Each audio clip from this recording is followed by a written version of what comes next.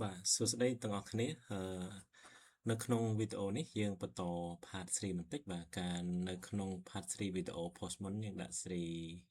part 3 3A បាទ part 3A បាទយើងខ្វះ feature មួយ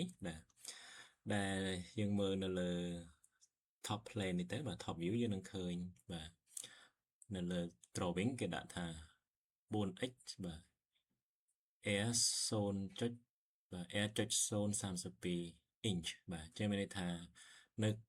เกมត្រង់នេះបាទយើងមានfillets បាទជា feature ដែលមានកម្ម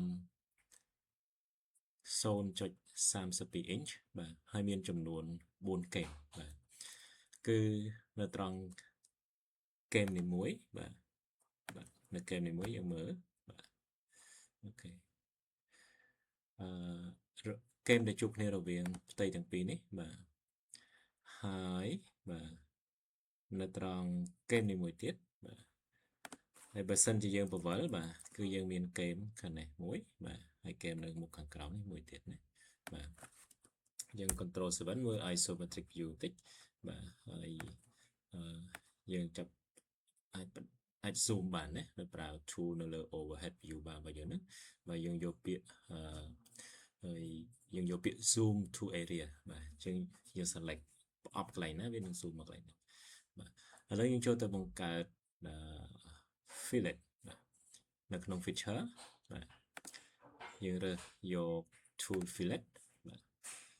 បន្តមកទៀតបាទយើង complete បាទកន្លែងដាក់កម្មមុនគេណាបាទអញ្ចឹងកម្មរបស់យើងគឺ0.30បាទ0.32បាទអូខេម្ដងទៀតបាទតែខ្ញុំវាយ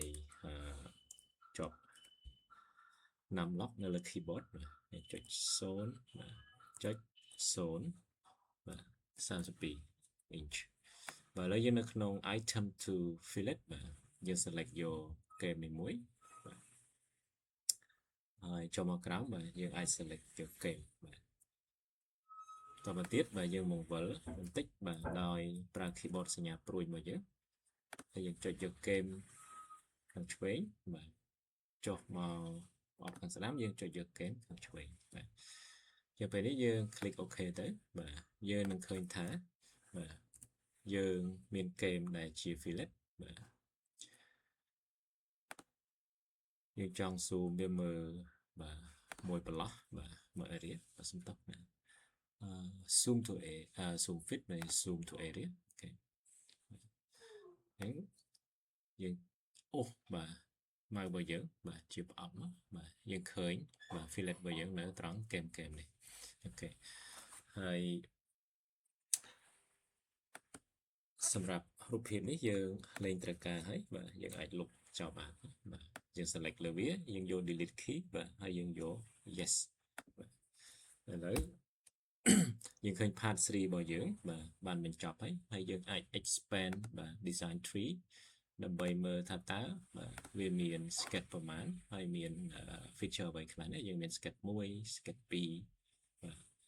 sketch ទី3 sketch ទី4ហើយ feature របស់យើងមាន extrude បាទ boss extrude 1 cut extrude 1បាទ chamfer បាទយើងលុបហ្គេម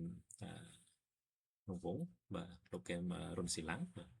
ហើយមាន extrude cut បាទទី2បាទយើងមាន extrude cut ទី3បាទហើយយើងមាន sketch បាទហើយនឹងយើងមាន fillet ចុងក្រោយអូខេបាទអរគុណច្រើន